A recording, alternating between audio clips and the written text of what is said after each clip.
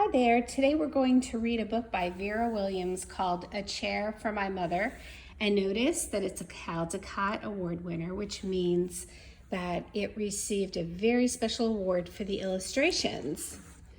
Okay, so A Chair for My Mother by Vera Williams.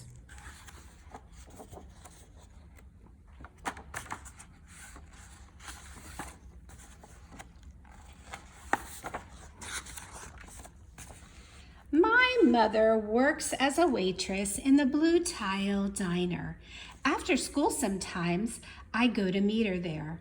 Then her boss Josephine gives me a job too.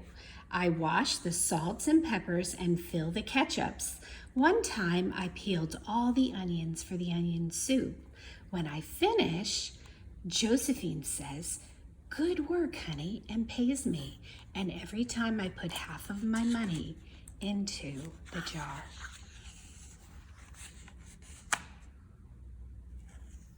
It takes a long time to fill a jar this big. Every day when my mother comes home from work, I take down the jar. My mama empties all her change from tips out of her purse for me to count. Then we push all of the coins into the jar. Sometimes my mama is laughing when she comes home from work. Sometimes she's so tired she falls asleep while I count the money out into piles. Some days she has lots of tips. Some days she has only a little.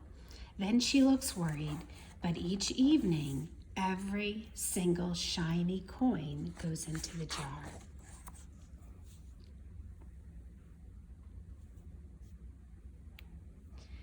We sit in the kitchen to count the tips.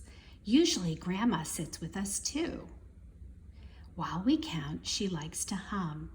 Often she has money in her old leather wallet for us. Whenever she gets a good bargain on tomatoes or bananas or something she buys, she puts by the savings and they go into the jar.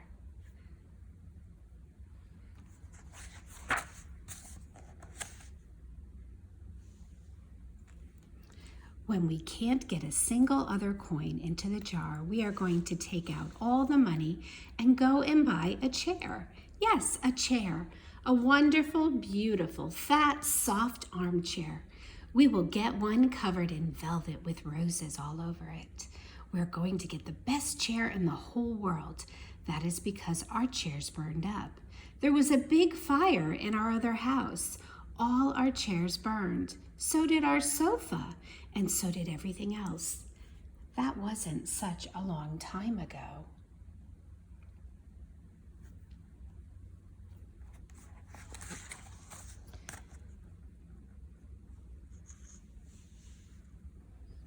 My mother and I were coming home from buying new shoes. I had sandals, she had new pumps. We were walking to our house from the bus. We were looking at everyone's tulips. She was saying she liked red tulips, and I was saying I liked yellow ones. Then we came to our block.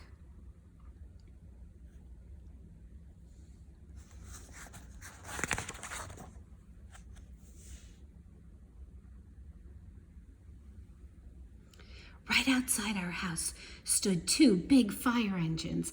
I could see lots of smoke. Tall orange flames came out of the roof. All the neighbors stood in a bunch across the street. Mama grabbed my hand and we ran. My Uncle Sandy saw us and ran to us. Mama yelled, "Where's Mother?" I yelled, "Where's my grandma?" My Aunt Ida waved and shouted, she's here, she's okay, don't worry." Grandma was all right. Our cat was safe too, though it took a while to find her, but everything else in our whole house was spoiled.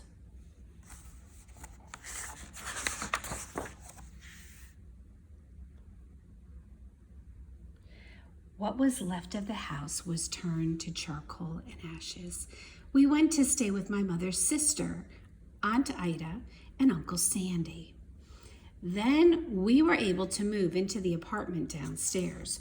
We painted the walls yellow, the floors were all shiny, but the rooms were very empty.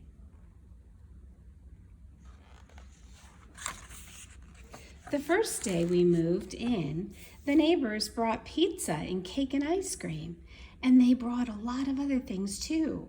A family across the street brought a table and 3 kitchen chairs. A very old man next door gave us a bed from when his children were little. My other grandpa brought us his beautiful rug. My mother's other sister, Sally, had made us red and white curtains. Mama's boss, Josephine, brought pots and pans, silverware, and dishes. My cousin brought me her own stuffed bear. Everyone clapped when my grandma made a speech. "You are all the kindest people," she said, "and we thank you very, very much. It's lucky we're young and can start all over."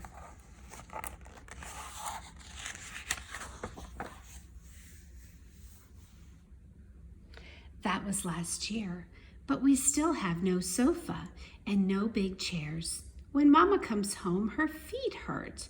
"There's no good place for me to take a load off my feet," she says. When Grandma wants to sit back and hum and cut up potatoes, she has to get as comfortable as she can on a hard kitchen chair. So that is how come Mama brought home the biggest jar she could find at the diner, and all the coins started to go into the jar. Now the jar is too heavy for me to lift down. Uncle Sandy gave me a quarter. He had to boost me up so I could put it in.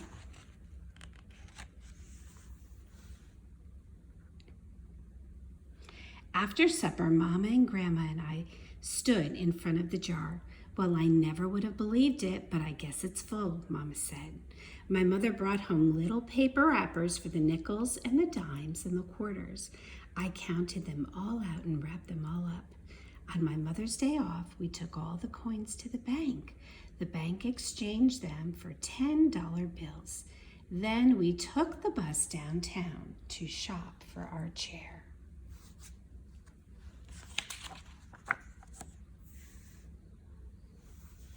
We shopped through 4 furniture stores. We tried out big chairs and smaller ones, high chairs and low chairs, soft chairs and harder ones. Grandma said she felt like Goldilocks in the 3 Little Bears trying out all the chairs.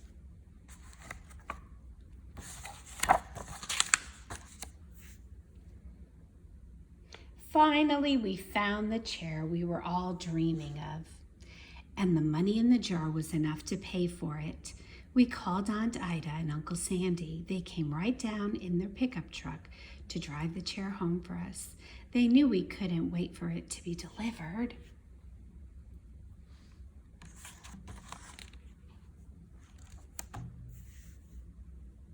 I tried out our new chair in the back of the truck.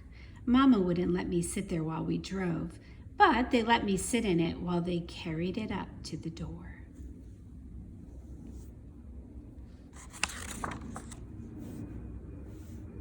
We set the chair right beside the window with the red and white curtains.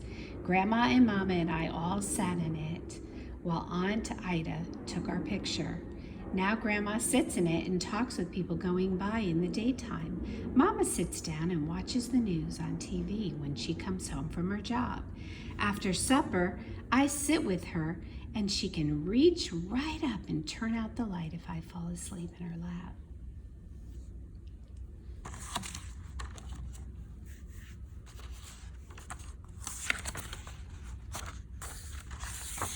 And that's the end of A Chair for My Mother.